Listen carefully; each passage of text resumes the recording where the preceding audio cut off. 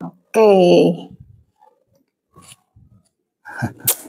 Nih lagi mampir di kantornya Pak Firman.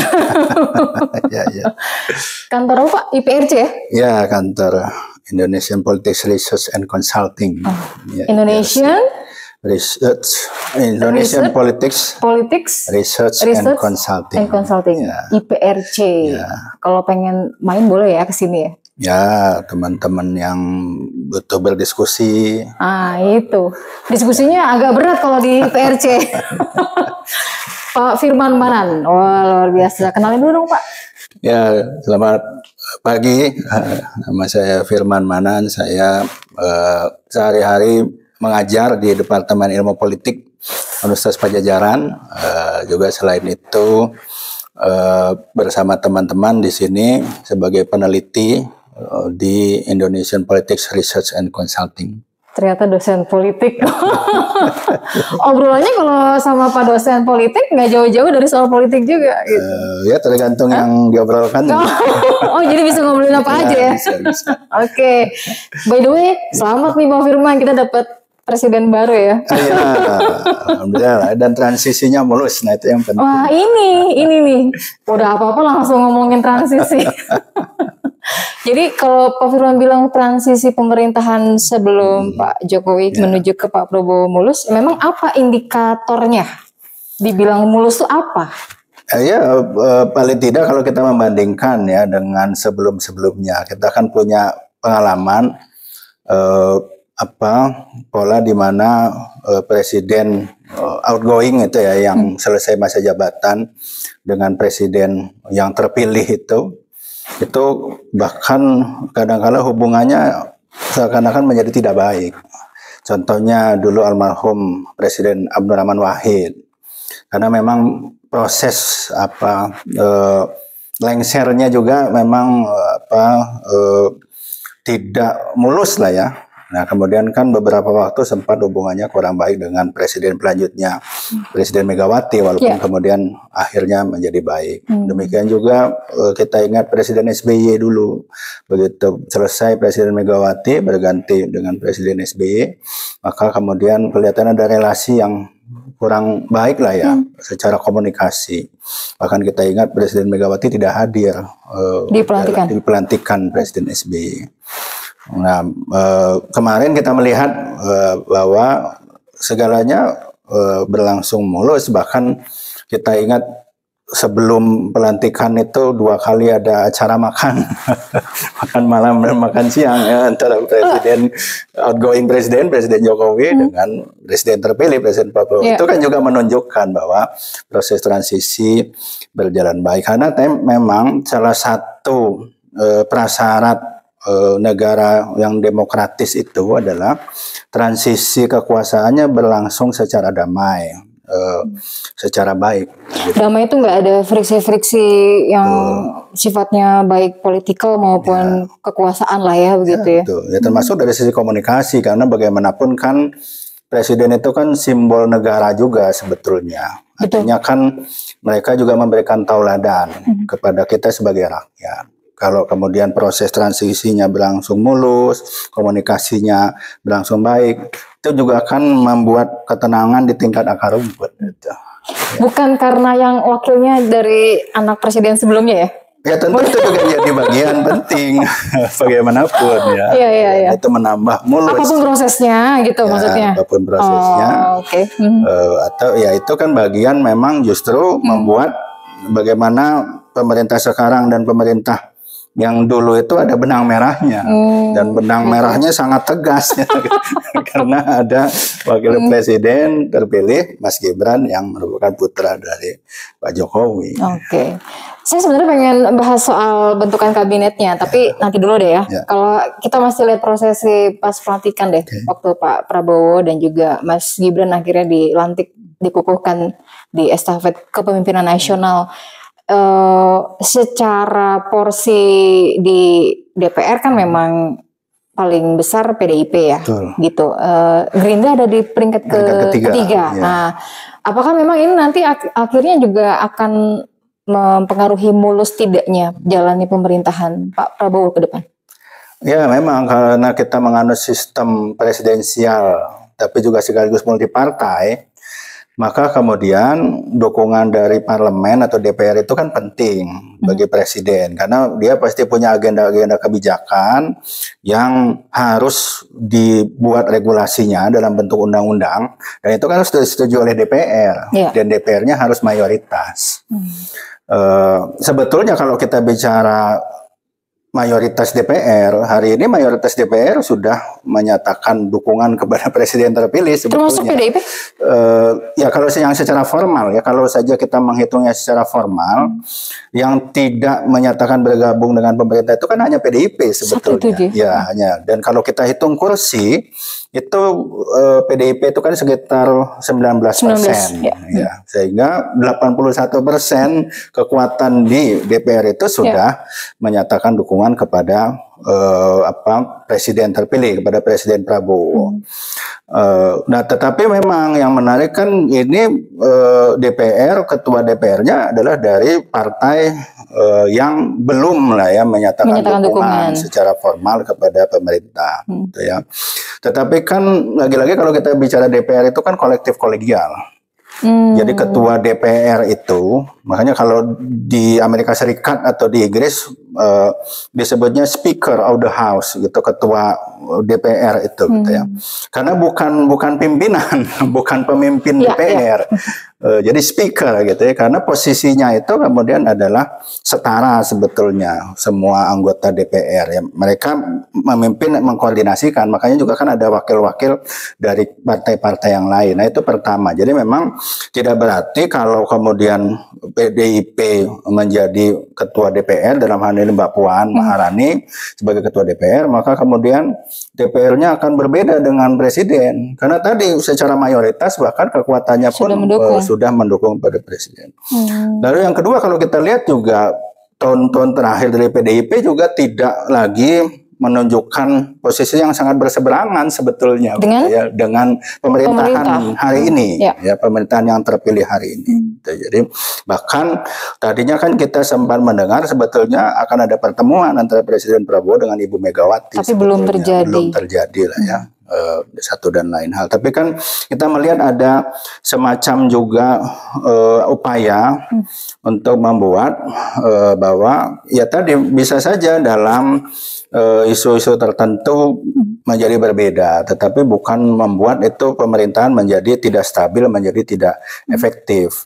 Yang terakhir yang ingin saya katakan, justru posisi seperti PDIP yang kalau mereka tetap dalam posisi tidak menjadi bagian pendukung pemerintah itu penting menurut saya dalam sistem demokrasi. Jadi oposisi. Betul, oposisi itu harus dilihat dari perspektif positif sebagai penyeimbang, sebagai kontrol. Jadi jangan dilihat oposisi itu sebagai pengganggu, sebagai sesuatu yang akan mengganggu pemerintahan, bukan. Kekuatan oposisi itu justru kekuatan yang akan mengingatkan, kekuatan yang akan mengawasi pemerintah kalau dalam perjalanan ada agenda kebijakan, ada implementasi kebijakan yang menyimpang dari tujuan awal kita bernegara. Tentu kan yang kemarin disebutkan dengan sangat fasih oleh Presiden, baldatun thayyibun warubun ghafur. Ya, itu kan masyarakat adil dan makmur, itu kan tujuan negara di dalam pembukaan Undang-Undang Dasar 45. Nah, jadi oposisi menurut saya harus dilihat dalam perspektif positif, dan kalau kita melihatnya dalam perspektif positif, maka oposisi itu sesuatu yang penting ada di negara kita, termasuk di dalam parlemen. Tapi sampai akhirnya dilantik bahkan melakukan pembentukan kabinet, tidak ada kalimat dari Partai Demokrasi Indonesia Perjuangan mengenai posisi mereka di pemerintahan mendatang. Apakah memang tidak perlu diungkapkan dan secara otomatis mereka menjadi oposan? Atau Pak Firman melihatnya gimana nih? Kayak ini. Ya memang ada ya kita kan hanya bisa menduga-duga juga sebetulnya ya, karena yang paling tahu tentu Ibu Mega gitu ya sebagai ketua umum PDIP, strategi yang diambil. Tapi ya saya pikir kalau kita juga mencoba menduga, misalnya yang pertama, PDIP itu memang punya karakter sebagai partai yang oposisi gitu ya. namanya saja udah PDI Perjuangan. Kalau dia tidak menang gitu ya? Ya, dan dia punya pengalaman panjang untuk menjadi oposisi pada zaman Orde Baru gitu ya. Waktu itu masih PDI. Di bawah Ibu Mega. Bagaimana kita melihat PDI sebagai kekuatan oposisi? Ketika kemudian Presiden SBY terpilih 2 periode, PDIP memilih untuk menjadi oposisi. Walaupun kita ingat waktu itu Presiden SBY sempat mengajak ya. Sehingga kita ingat dulu ada posisi misalnya Pak TK almarhum ya Taufik Kemas itu menjadi ketua MPR, itu bagian dari upaya merangkul sebenarnya, tapi PDIP tetap bertahan. Artinya PDIP memang punya DNA sebagai partai oposisi itu, dan punya kekuatan ya, kuat karena di Indonesia itu kan tidak mudah untuk jadi oposisi. Makanya makanya tidak aneh kalau kita melihat banyak partai itu kemudian memilih bergabung dengan pemerintah. Karena tidak banyak insentif yang didapatkan di Indonesia untuk menjadi oposisi. Nah, PDIP itu salah satu partai yang punya karakter itu dan punya kemampuan gitu ya, kuat menjadi oposisi. Nah, itu yang pertama. Yang kedua, tetapi juga apakah betul masuk ke pemerintahan itu pasti dapat insentif? Dalam konteks elektoral belum tentu karena ya mungkin kalau material, kalau jabatan dapat gitu ya. Tapi soal elektoral? Nah, partai itu kan harus bicaranya elektoral sebetulnya. Dukungan pemilih yang itu nanti akan akan direalisasikan pada saat pemilu berikutnya. Dalam berbagai kajian ya, sistem presiden multipartai itu dikatakan justru membentuk koalisi itu tidak mudah. Karena partai-partai itu agak resisten ketika diajak masuk ke dalam koalisi pemerintah. Kenapa? Misalnya gini, kalau kinerja pemerintah itu dinilai bagus oleh publik, yang dapat insentif itu presiden dan partai presiden. Bukan partai koalisinya. Gitu. Tapi kalau kemudian ada kinerja yang dirasa tidak bagus dari presiden dan pemerintahnya, maka partai anggota koalisi itu bisa dapat getah. Kena ya? Ya, nah sehingga ada pilihan kemudian partai-partai itu untuk menjaga jarak. Nah ini yang bisa kita lihat ya, kemungkinan kedua bahwa PDIP itu menjaga jarak gitu ya, tidak juga menyatakan ekstrim dalam posisi sebagai oposisi, tapi dia menjaga jarak ya supaya tadi kalau kemudian presiden dan pemerintahnya bagus, toh nggak dapat insentif juga sebetulnya gitu ya. Iya sih. Kalau bermasalah, yang menarik kalau bermasalah yang dapat insentif kan oposisi biasanya. Begitu. Nah jadi itu menurut saya kemungkinan kedua ya, dugaan kedua. Dugaan ketiga menurut saya adalah supaya posisinya juga menjadi bisa fleksibel. Kan kalau kemudian PDIP bergabung dan biasanya memang menggabungkan diri itu kan ditandai trade off, mendapatkan kursi kabinet. Itu ruang untuk melakukan manuver-manuvernya menjadi terbatas, gitu ya. Kan bukan tidak mungkin nanti ada titik di mana PDIP tidak sepakat dengan apa yang menjadi agenda kebijakan presiden. Tapi kalau posisinya ada di dalam kabinet, itu kan ada semacam kerikuhan lah ya, untuk kemudian berbeda. Nah lain kalau kemudian PDIP menempatkan diri di luar, dalam artian tidak ikut di dalam kabinet. Dan bahkan saya membayangkan itu juga kemungkinan strategi yang dipilih oleh Nasdem dan PKS sebetulnya, dengan kemudian ya sudah tidak usah ngambil di kabinet karena mereka bisa lebih mudah bermanuver nanti. Konteksnya kan elektoral sebetulnya. Karena harus diingat betul bahwa hari ini Presiden Prabowo punya dukungan yang besar ya, kemenangannya di atas 50%, hampir 60%. Lalu sekarang juga kalau kita lihat berbagai survei menunjukkan tingkat kepercayaan publik kepada Prabowo itu di atas 80% ya. Tapi kan itu honeymoon periode bulan madu. Pengalaman sebelumnya, pemerintahan sebelumnya termasuk di berbagai negara biasanya itu akan ada penurunan nanti dukungan. Nah, ketika turun artinya apa? Kan ada juga warga yang punya kecenderungan untuk tidak puas dengan kinerjanya. Nah, segmen warga yang tidak puas ini yang sebetulnya bisa menjadi lahan bagi partai-partai yang berada di luar pemerintahan. Kebayang sih nanti ya suasananya kalau lagi paripurna kayak gimana tuh ya? Iya. Dengan kekuatan 19% sebagai oposisi, tapi 81-nya adalah mereka yang mendukung pemerintahan. Artinya kan memang ya sebenarnya sih saya sih nggak paham nih ya siapa yang mengharapkan siapa dan apa yang diharapkan dari apa soal oposisinya PDIP ini. Cuman yang jelas ada sebagian atau segelintir masyarakat yang berharap bahwa dalam mekanisme perjalanan pemerintahan ke depan ini ada yang oposisi gitu loh, supaya bisa mengontrol langsung dan mengawasi langsung gitu loh jalannya pemerintahan. Pak Firman menduga-duga tidak apakah nanti di tengah-tengah jalan atau 100 hari pemerintahan lah begitu, ada statement politik dari PDI Perjuangan untuk bisa menentukan sikap mereka dalam pemerintahannya Pak Prabowo ini? Ya bisa saja. Dari statementnya itu bisa pertama kemudian menguatkan sikap sebagai oposisi, atau kedua memilih menjadi bergabung. Nah yang mana bergabung ini, itu juga apakah kemudian akan ada perubahan komposisi di kabinet? Gitu ya. Karena kita juga mau deket-deket pilkada kan ini ya. Ya satu itu, kedua kan begini juga yang tadi saya lupa katakan juga soal PDIP itu, kalau tadi kan dalam konteks partai ya, sebagai institusi, tapi jangan dilupakan relasi itu juga biasanya menyangkut aktor-aktor strategis ya, dan selalu itu termasuk di Indonesia gitu ya. Hubungan-hubungan antar partai, koalisi dan seterusnya itu biasanya ditentukan oleh aktor-aktor strategis. Nah PDIP baik secara institusi maupun secara personal ya, kelihatannya juga kan masih memang punya persoalan dengan pemerintahan sebelumnya atau kepala pemerintahan sebelumnya lah ya, dengan Pak Jokowi kita katakan begitu. Nah ini kan yang justru selama ini juga sering kita diskusikan, bahwa problem Ibu Mega dan PDIP itu bukan dengan Pak Prabowo, bukan dengan Presiden Prabowo sebetulnya, tapi dengan Pak Jokowi. Nah itu kan yang menjadi penghambat. Nah kalau misalnya kita lihat warna kabinet kemarin, itu kan juga masih diwarnai kabinet rasa Jokowi lah ya.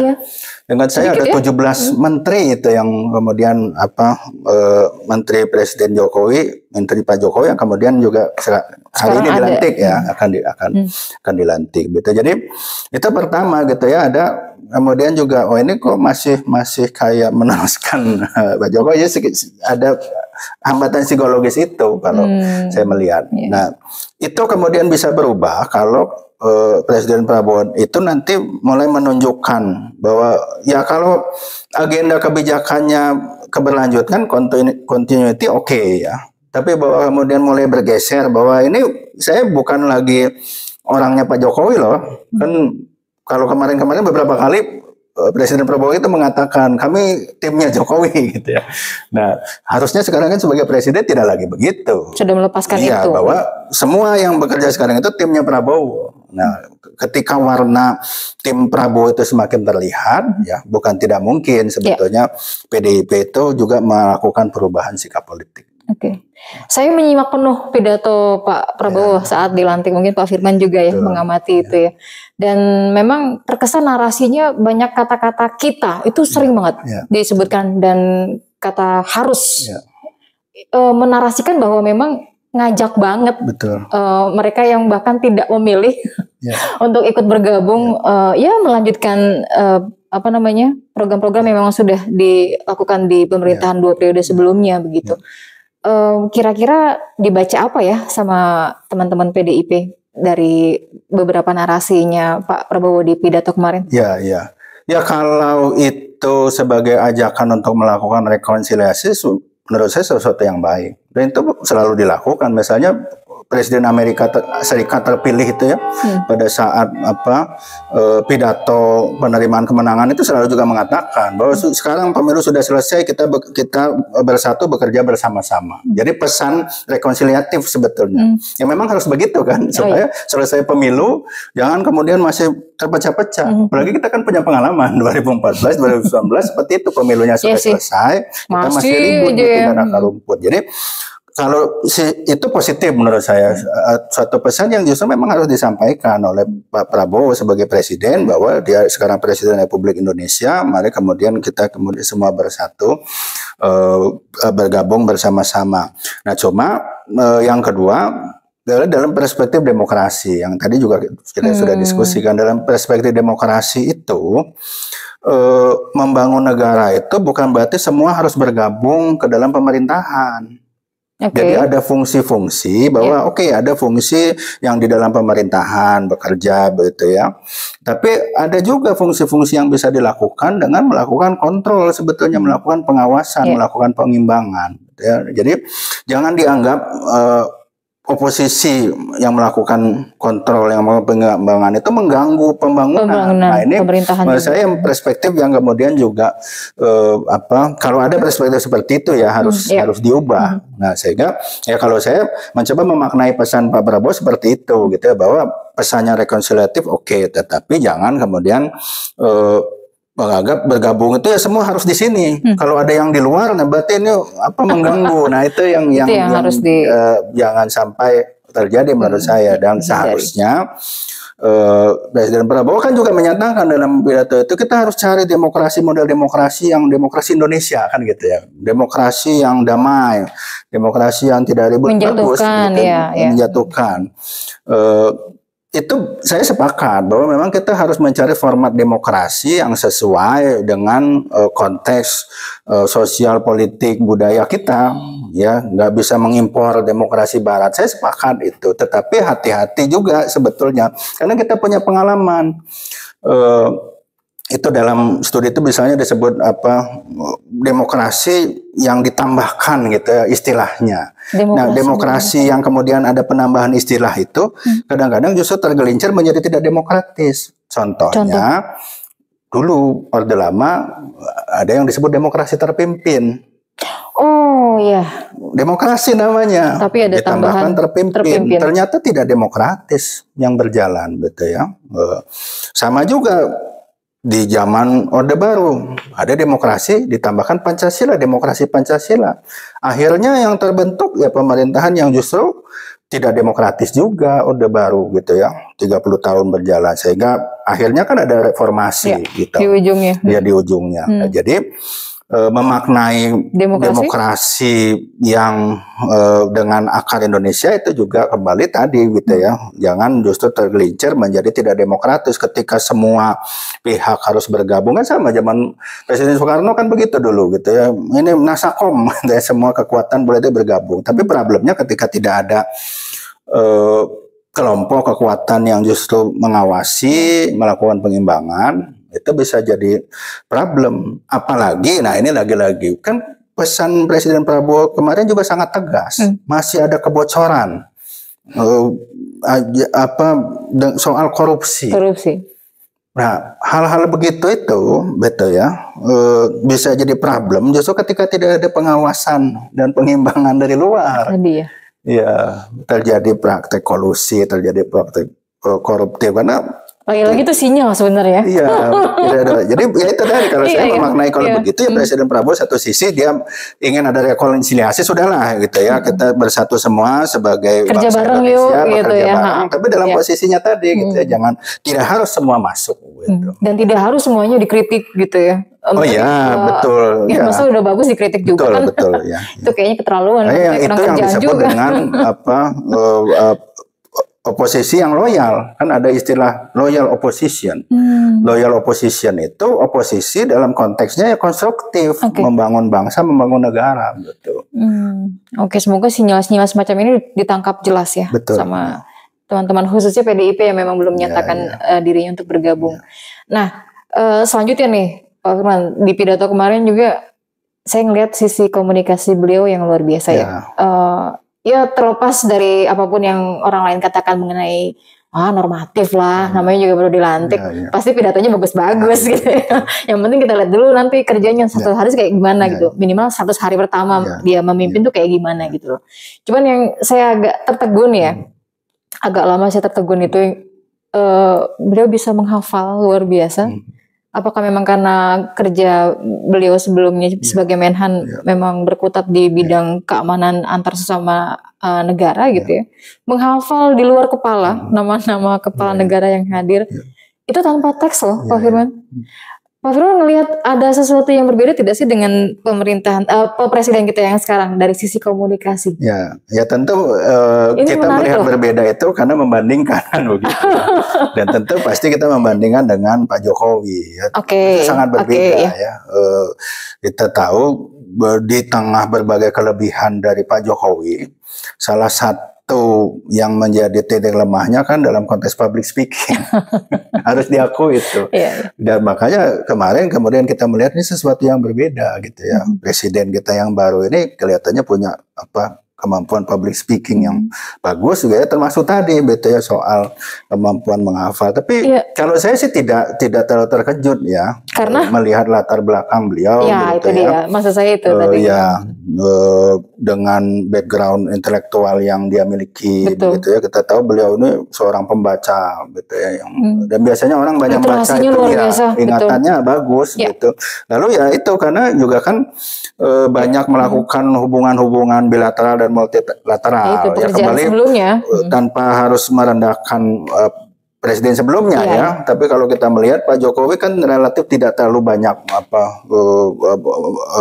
melakukan pergaulan internasional. Beda dengan Presiden Prabowo, bahkan kemarin sebelum dilantik saja kan sudah keliling tuh ke beberapa negara, dan setahu saya itu juga direspon positif begitu ya oleh berbagai negara di luar negeri, melihat bahwa Pak Prabowo ini memang juga kelihatannya akan punya fokus ya membangun kerjasama luar negeri. Nah, karena itu menjadi fokus bagi Pak Prabowo untuk kemudian membangun hubungan baik dan kerjasama dengan berbagai negara, baik di kawasan Asia termasuk di kawasan lain, ya itu kan salah satu hal yang harus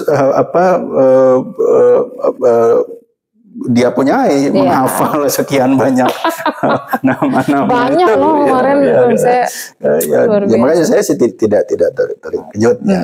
Karena memang dari sisi backgroundnya ya. Oke. Nah masih soal pidatonya nih ya Pak.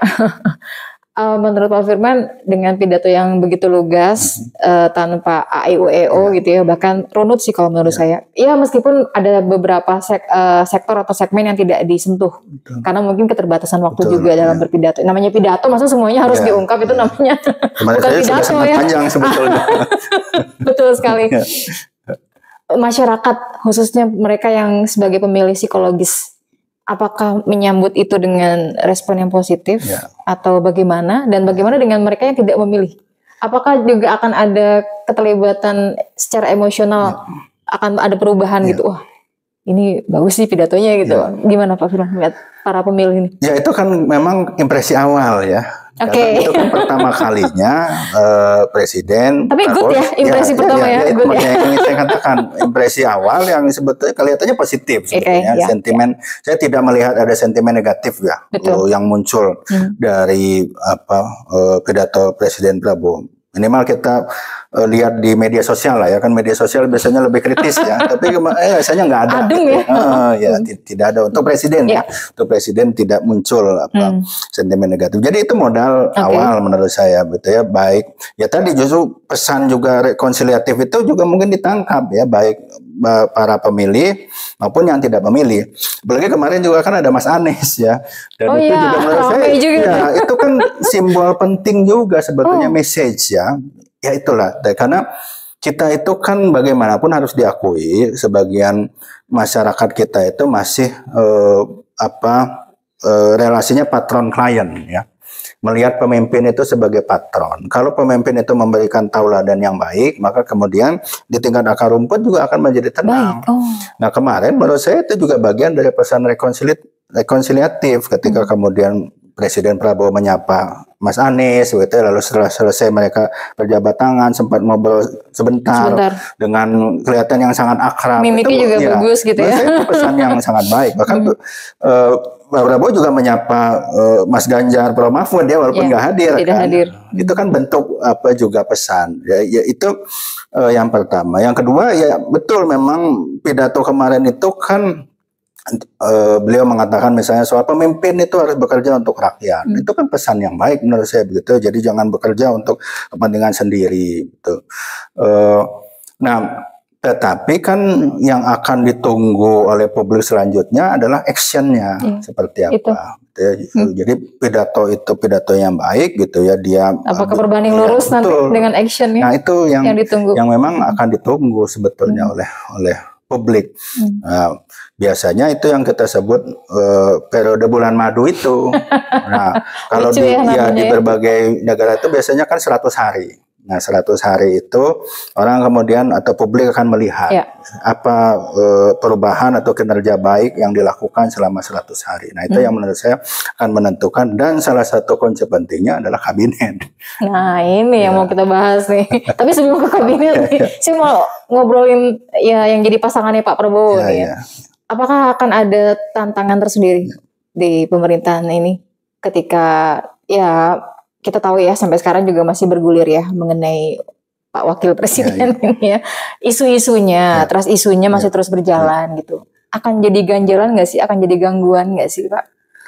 Ya kalau kita taat pada sistem presidensial, seperti juga sudah kita alami pada masa-masa sebelumnya, kan yang memimpin negara, menentukan arah kebijakan itu adalah presiden sebetulnya, betul ya. Bahkan kalau kita melihat paling tidak kita katakan pasca reformasi lah ya, atau sejak pemilihan langsung lah ya, sejak zaman Presiden SBY 2004, itu kan hanya ada satu wakil presiden yang kita sebut apa supervise presiden, yaitu Pak JK pada zaman Presiden SBY. Tapi juga akan ada di situ karena agak berbeda situasinya di situ. Pada saat itu Pak Yusuf Kalla itu disokong kekuatan sangat besar Golkar yang menjadi pemenang di legislatif pemilu. Jadi dia memegang kursi sangat besar di DPR. Sementara partainya Presiden SBY sangat kecil lah waktu itu, Demokrat ya, sekitar 7%-an kalau saya nggak 8%. Di 2014 2004. Memang ada kebutuhan. Nah maka di situ kelihatan betul ada power sharing antara presiden dan wakil presiden, gitu sehingga wakil presidennya itu muncul. Tapi setelah itu kan kita tidak melihat pada zaman Pak Budiono menjadi wakil presiden, Pak JK kembali jadi wakil presiden, tapi tidak sekuat pada periode dengan SBY. Ketika dengan Pak Jokowi, dengan JK kan tidak terjadi power sharing maksudnya? Tidak, karena ya PDIP saat itu yang jadi mendapat suara terbesar kan 2014. Demikian juga 2019 kemarin Kiai Ma'ruf. Kan kalau kita lihat itu mengembalikan posisi wakil presiden itu ya sebagai pembantu presiden sebetulnya. Kan di dalam undang-undang dasar juga memang sebetulnya kepala negara dan kepala pemerintahan itu adalah presiden. Disebut single chief of executive. Tidak ada pembagian kewenangan, termasuk dengan wakil presiden. Jadi kalau kita lihat dari sisi itu, ketika kemudian sebagian besar dari publik juga menyadari toh pada akhirnya kewenangan otoritas untuk menyelenggarakan pemerintahan, mengelola negara ini ada pada Presiden Prabowo, maka kemudian wakil presiden itu tidak dilihat sebagai bagian yang terlalu penting, yang determinan, yang menentukan. Gitu ya. Nah kalau itu yang kemudian terjadi, ya saya pikir ya bahwa kemudian ada isu-isu yang terus bergulir, tapi kan pada akhirnya kita harus memahaminya dalam konteks pengelolaan negara ya. Secara konstitusional sudah sah gitu ya. Itu satu gitu ya. Sudah, itu harus kita hormati. Kedua, toh juga pada akhirnya ya yang memimpin negara, yang mengelola pemerintahan, menentukan agenda kebijakan, visi misi 5 tahun ke depan itu kan Presiden Prabowo. Ya kalau itu yang terjadi, menurut saya sih harusnya bahwa akan tetap ada isu mungkin ya beberapa waktu ke depan kita membicarakan soal itu, tapi isunya bukan menjadi isu strategis gitu maksud saya. Jadi itu isu-isu pinggiran saja, isu-isu pinggiran yang kemudian tidak mengganggu proses pengelolaan pemerintahan, kecuali, nah tapi ada kecualinya. Apa? Kecualinya, nah soal presiden yang sudah meninggalkan jabatannya itu, Pak Jokowi. Justru itu kan sebetulnya yang menurut saya masih menjadi catatan. Sejauh mana kemudian Pak Jokowi itu masih bisa memberikan pengaruh terhadap pengelolaan pemerintahan. Ya kan ya kan orang masih melihat nih, kok ini menterinya masih banyak menterinya Presiden Pak Jokowi, iya. Ya. Lalu berkali-kali Pak Prabowo menegaskan bahwa akan melanjutkan dari Pak Jokowi. Apalagi kita belum sempat mendengar juga isu bahwa Pak Jokowi itu akan jadi ketua One Team Press misalnya dan seterusnya dan seterusnya. Oh justru itu ya? Iya, itu yang akan lebih menurut saya bisa menimbulkan problem dalam pengelolaan pemerintahan. Dan itu kan yang diingatkan oleh Presiden SBY sebetulnya. Terakhir kemarin Presiden SBY kan mengatakan jangan ada matahari kembar. Nah, betul. Ya. Itu yang bisa jadi muncul begitu ya. Nah, tapi kalau menurut saya seharusnya tidak ya. Karena kembali dalam sistem presidensial itu single chief of executive, satu-satunya pemimpin itu adalah presiden. Selama kemudian Presiden Prabowo mengambil alih kendali semua pengelolaan pemerintahan itu ada di tangan dia, dan saya yakin harusnya dia bisa dengan semua background yang dimiliki, ya selesai soal itu sebetulnya. Jokowi efek dari masih ini ya, jadi ya kalau Jokowi efek dalam konteks elektoral ya mungkin masih dibutuhkan pada tingkatan tertentu. Tapi kan kalau nanti Presiden Prabowo juga punya kinerja yang baik, dia juga akan menjadi populer dengan sendiri jadi mata publik gitu ya, tidak lagi harus berada di bawah bayang-bayang di bawah bayang-bayang Presiden Jokowi sebetulnya begitu. Memang Pak Firman melihatnya bayang-bayang itu masih ada atau justru tidak ada?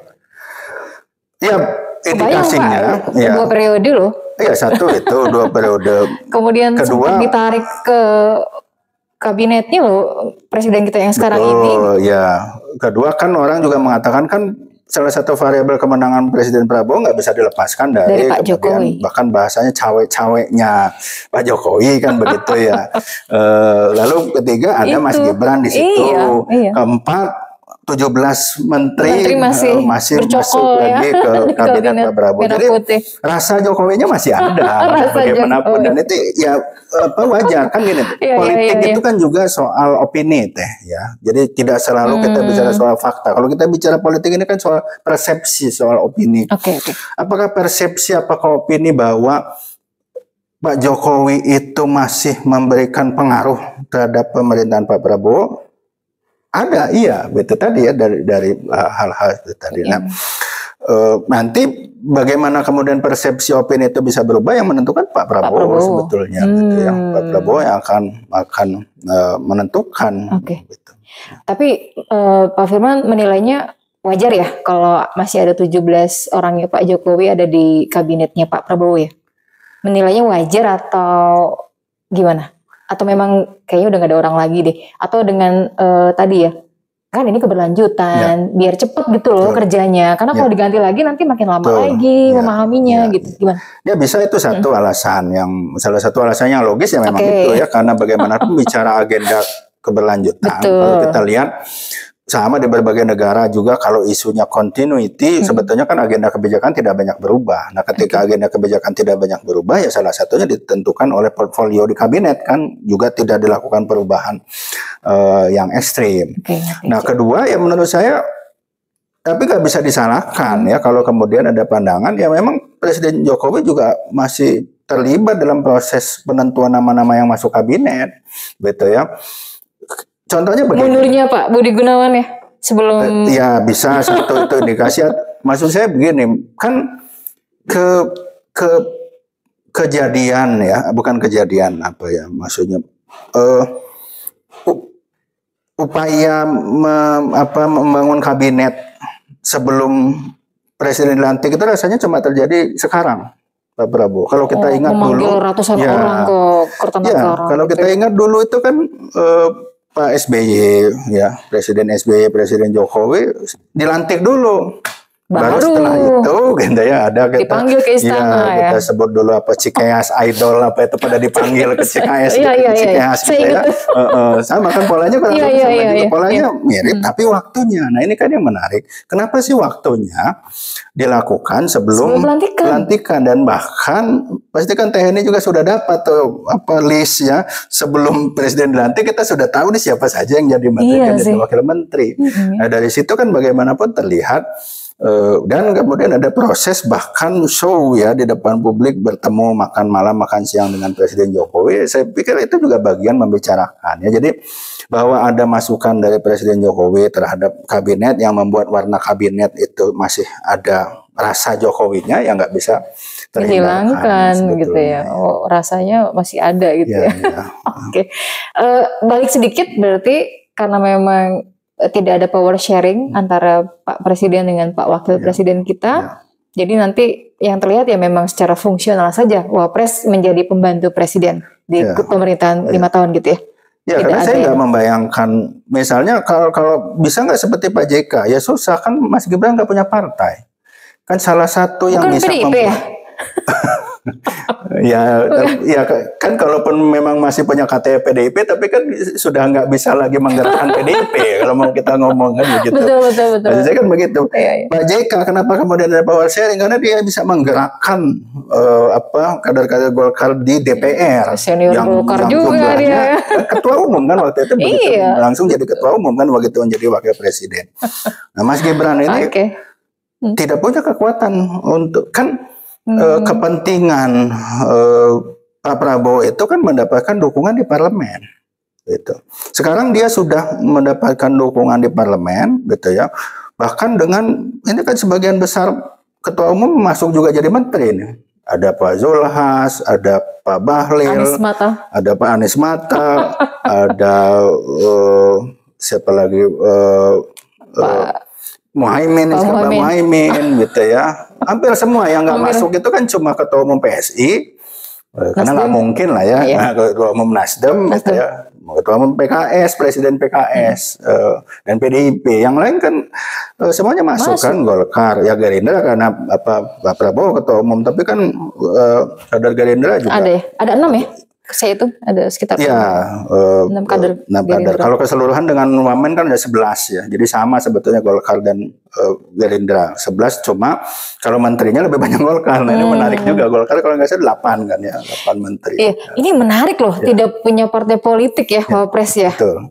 Sehingga itu yang menurut saya juga nggak punya, tidak ada bargaining position juga tidak ada gitu. Tapi dia akan bergerak tidak ya? Politiknya nanti namanya ya, akan menentukan jalan politiknya tidak ya di tengah-tengah pemerintahan ini, atau itu tidak perlu dilakukan menurut Pak Firman? Ya kalau menurut saya sudah terlambat ya, kecuali ada sudah ada terlambat ya. Iya, kalau mau seharusnya kemarin sebelum dilantik. Ya sebelum dilantik, sebelum Pak Jokowi selesai jadi presiden. Pak Ma'ruf Amin juga. Ya, tapi makanya Pak Ma'ruf Amin kan menjadi nominal saja sebagai wakil presiden. Ya, maka membayangkannya akan seperti Pak Ma'ruf Amin, akan seperti Pak Budiono gitu ya, yang menjalankan tugas wakil presiden itu yang lebih kepada nominal, seremonial. Ya mungkin ada penugasan. Nah, yang kita belum tahu apakah ada penugasan khusus nanti ya. Apa misalnya ngurus IKN, apakah ngurus, sempat juga misalnya wilayah aglomerasi itu juga akan oleh wakil presiden, walaupun di undang-undang juga tidak ditentukan sih sebetulnya, walaupun ada dikatakan tim ya untuk aglomerasi itu, tapi belum tentu. Tapi ya jadi tidak terlalu penting ya darah politik seorang Wapres ketika nanti. Satu itu, yang kedua kan TNI bisa membayangkan nggak Pak Prabowo mau ada matahari kembar? Enggak sih. Tidak. Enggak sih. Dulu juga Pak SBY kalau tidak membutuhkan supporting Pak JK pasti nggak mau juga. Gitu kan. Sebenarnya kan itu yang harus juga kita baca. Bagaimanapun seorang pemimpin tentu tidak ingin ada matahari kembar. Nah, jadi makanya saya katakan sulit membayangkan, karena kalau sekarang kan posisinya sudah clear gitu ya, Pak Prabowo sudah jadi presiden, ya Mas Gibran sudah jadi wakil. Terus apa yang mau dibangun gitu ya, posisi tawar ya tadi kan misalnya masuk partai, tapi kan partai juga sekarang sudah dalam posisi yang jelas sudah jelas ya, mendukung juga gitu. Sudah bargainingnya kan dengan presiden terpilih, tidak lagi harus melalui wakil presiden. Makanya tadi saya katakan lain kalau kemarin, kalau sebelum dilantik masih bisa gitu ya. Ya kita tunggu aja nanti ya kayak gimana betul, ya. Cuman kayaknya kalau lihat dari karakternya Mas Gibran sih suka ngejutin ya, Pak Firman. Ya turunan kan. Atau orang-orang yang ada di sekelilingnya beliau kan juga akan mempengaruhi nanti. Ya makanya itu salah satu, misalnya kalau kita mau bahas soal kabinet, kan yang bisa dilihat sejauh mana pengaruh Mas Gibran itu kalau kemudian banyak orang-orangnya yang juga masuk di dalam kabinet, apalagi menempati posisi strategis, ternyata kan tidak. Tidak, sama sekali tidak ya. Bahkan kalau ditanya ada, kemarin, misalnya nama Aminuddin Ma'ruf ya yang menjadi Wamen BUMN, lalu Raffi Ahmad, ya, tapi kan ya tidak strategis maksudnya. Oke. Pak Firman, ya kita yakini impresi pertama pidato Pak Presiden luar biasa dan masyarakat juga berharap itu benar-benar terwujud. Apakah ini juga akan diamini oleh mereka yang sudah menjadi pembantu Presiden saat ini, sudah ditunjuk sebagai menteri dan juga wakil menteri? Lihat dari komposisinya gimana Pak Firman?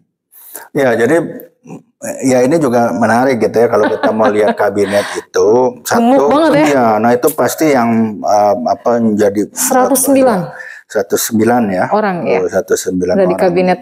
Jadi ya mungkin itu juga karena Pak Prabowo mengatakan kan ini masalah kita tuh besar loh, kan dia katakan ya, beliau katakan jangan puas dengan angka-angka. Wah itu hebat juga sebetulnya begitu ya, beliau mengatakan seperti itu. Jadi jangan puas hanya melihat angka-angka, ternyata kenyataannya rakyat miskin masih banyak. Nah, mungkin karena melihat itu ini dibutuhkan tim super gitu ya.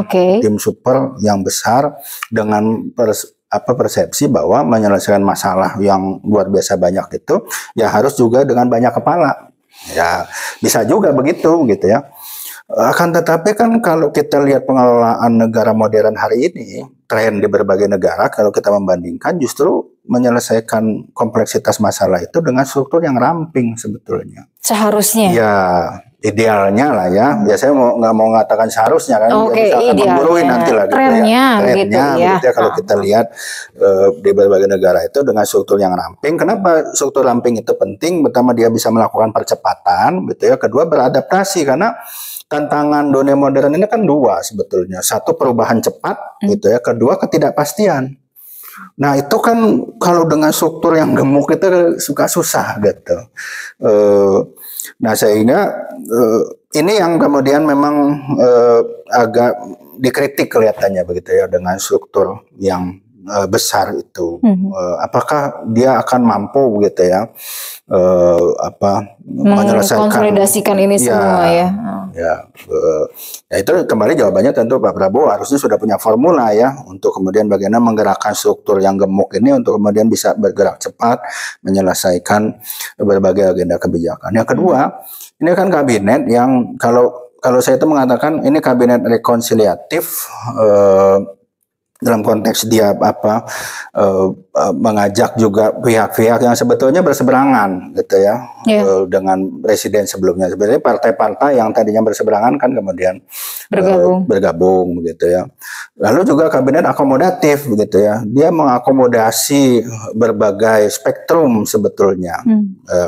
Dari TNI sudah bicara yang mengakomodasi juga Pak Jokowi gitu ya. Mengakomodasi berbagai kekuatan politik, sekian banyak partai politik gitu ya. Tadi tinggal hanya PDIP saja yang tidak masuk gitu ya, Nasdem dan PKS ya.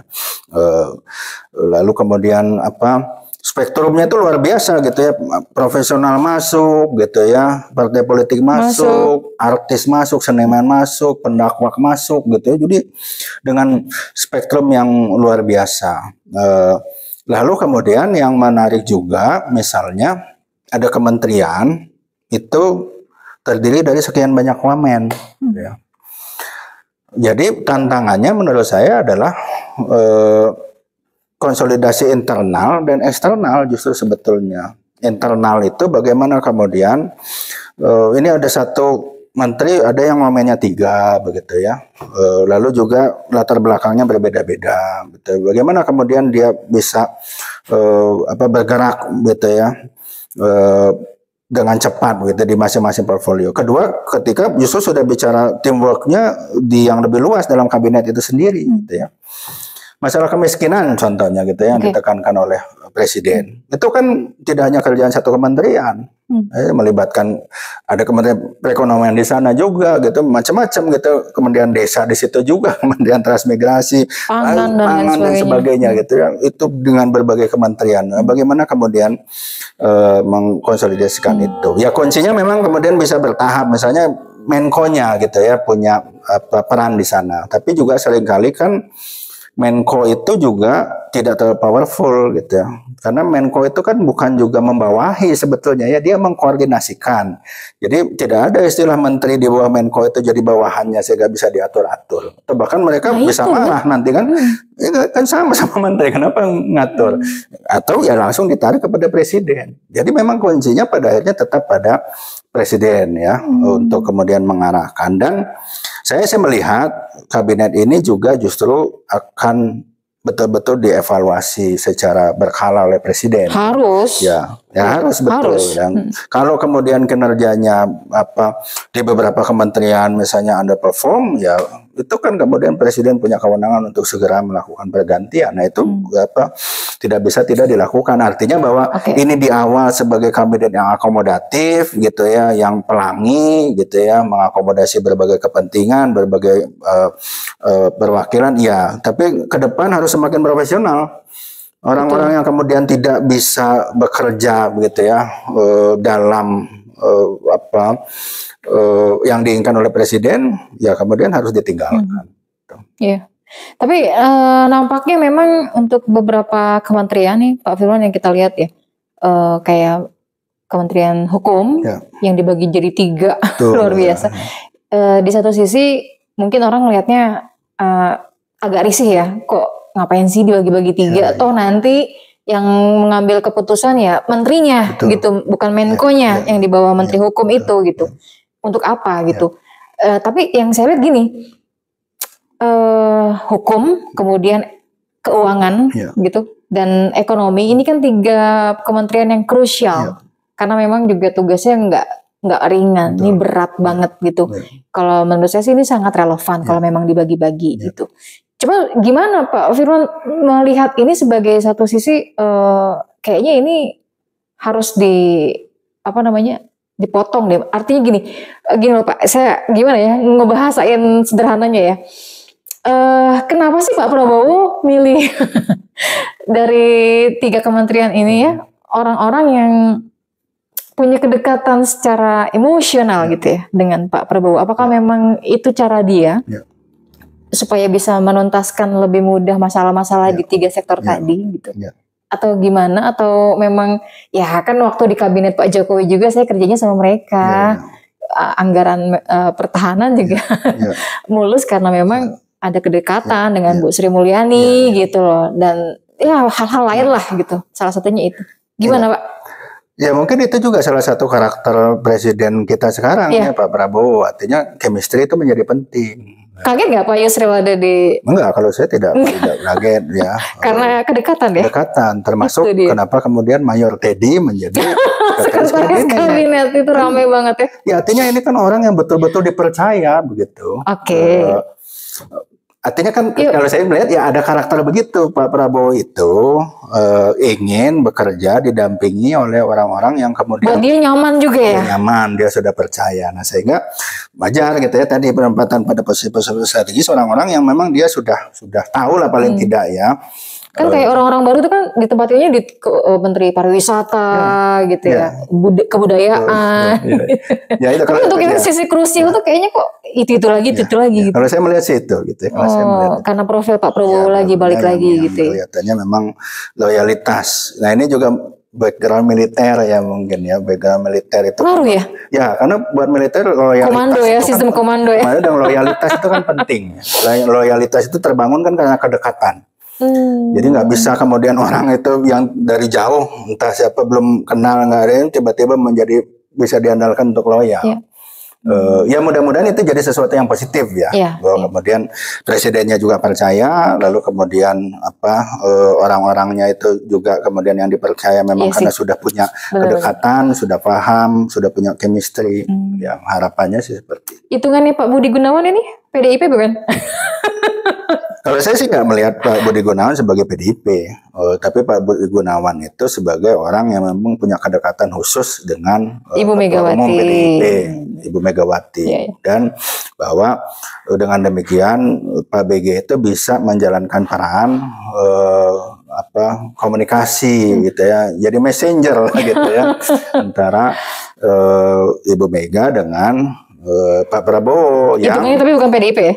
Ya, yang kalau dulu kan dijalankan oleh kader PDIP yang ada di kabinet, misalnya dulu ada Mas Pram ya, gitu. Jadi karena sekarang nggak ada, ya pilihannya ya mungkin Pak BG, ya dugaan saya ya seperti itu. Tapi memang dari waktu ke waktu kayak Pak SBY juga nyarinya yang memang dekat dengan dia kan. Ya, Pak, dulu Pak Dipo ya, Pak.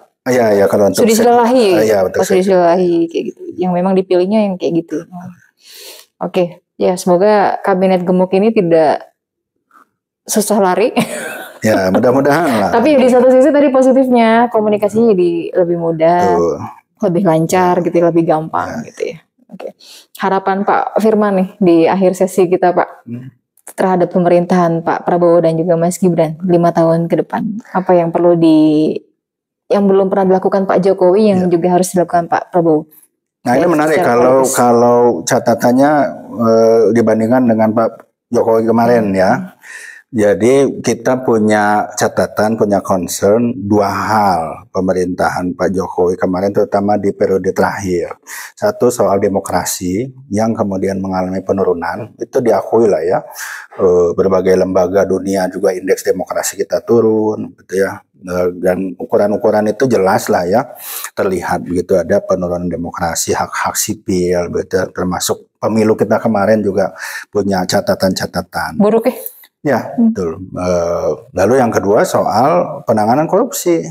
Karena indeks persepsi korupsi kita juga ternyata tidak berubah. Itu kan 34 dari 2014 sempat naik-naik tapi turun. Terakhir ya tetap. Artinya kan ini stagnan. Apalagi kita punya isu juga gitu ya pada masa pemerintahan Pak Jokowi, pelemahan KPK gitu ya. Dan lain-lain. Jadi di luar soal ekonomi dan sebagainya oke lah ya. Tapi kalau saya melihat dua itu yang penting. Apalagi kan juga masih ada semacam kekhawatiran sebetulnya bahwa pemerintahan ini juga bagaimana tantangannya, bisa nggak kemudian demokrasi itu ditingkatkan lagi kualitasnya. Nah, salah satu cara yang penting tadi menurut saya adalah kemudian membiarkan ya ada kekuatan-kekuatan oposisi baik di parlemen ya maupun di luar parlemen. Jadi biarkanlah kekuatan-kekuatan sipil gitu ya, kekuatan-kekuatan pro demokrasi itu menjadi penyeimbang, menjadi kontrol. Jangan dilihat sebagai pengganggu. Itulah konsekuensi kita memilih sistem demokrasi, dan justru mereka itu menjadi pengingat, dan justru itu juga akan sangat terkait dengan agenda kedua, pemberantasan korupsi. Pemberantasan korupsi, Pak Prabowo kan kemarin juga berkali-kali bilang soal kebocoran, soal korupsi, bahkan ada fakta integritas ya menteri itu. Tapi kan nggak cukup. Kalau soal fakta integritas ya semua pasti nanda tangan, nggak mungkin nggak ada tangan kan, karena itu cuma kertas saja. Betul. Tapi kan justru bagaimana itu bisa diimplementasi betul. Nah, itu juga tantangan yang lain. Menurut saya kita punya masalah besar ya terhadap penanganan korupsi ini, baik di level pusat maupun di daerah. Bahkan kalau kita lihat struktur kabinet kemarin, ada juga sebetulnya orang-orang yang agak bermasalah itu sebetulnya dari sisi pemberantasan korupsi. NW ya, lampu kuning lah gitu ya. Jadi, nah itu juga kan yang perlu menjadi perhatian. Kalau saya sih dua hal itu teh. Jadi soal bagaimana demokrasi kita indeks demokrasi bisa dikawal dan pemberantasan menjadi korupsi yang berkualitas, itu tantangannya. Kedua, karena salah satu problem kunci Indonesia nggak maju-maju kan soal korupsi sebetulnya. Iya pasti bocor itu. Iya, meningkatkan ekonomi apa segala macam. Apalagi ada program-program yang kemudian rentan terhadap bancakan. Ya, korupsi. Misalnya banyak contoh basahnya ya, seperti program unggulan presiden. Makan gratis makan, ya. MBG ya, makanan bergizi gratis. Itu kan kalau tidak dikawal betul-betul menurut saya bisa jadi problem besar. Nah, jadi saya sih berharap ya kalau Pak Presiden tentu fokus pada hal lain, tapi demokrasi dan soal pemberantasan korupsi itu juga menjadi fokus. Ya mudah-mudahan kita bisa menjadi lebih baik lah. Dan yang paling penting yang masyarakat juga inginkan ya menteri-menteri ini harus bisa menerjemahkan dengan baik apa yang menjadi visi misi Pak Presiden. Betul, ya. Kalau sudah sebagus itu Pak Presidennya, tapi kemudian bawahannya tidak mengerti apa yang harus dilakukan ya percuma sih kalau menurut saya.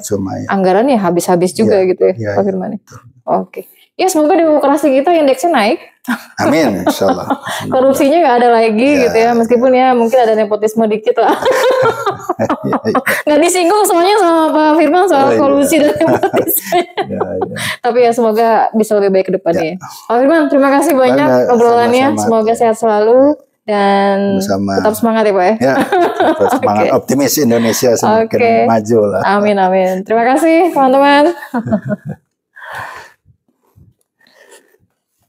Wah, mantap deh, keren deh.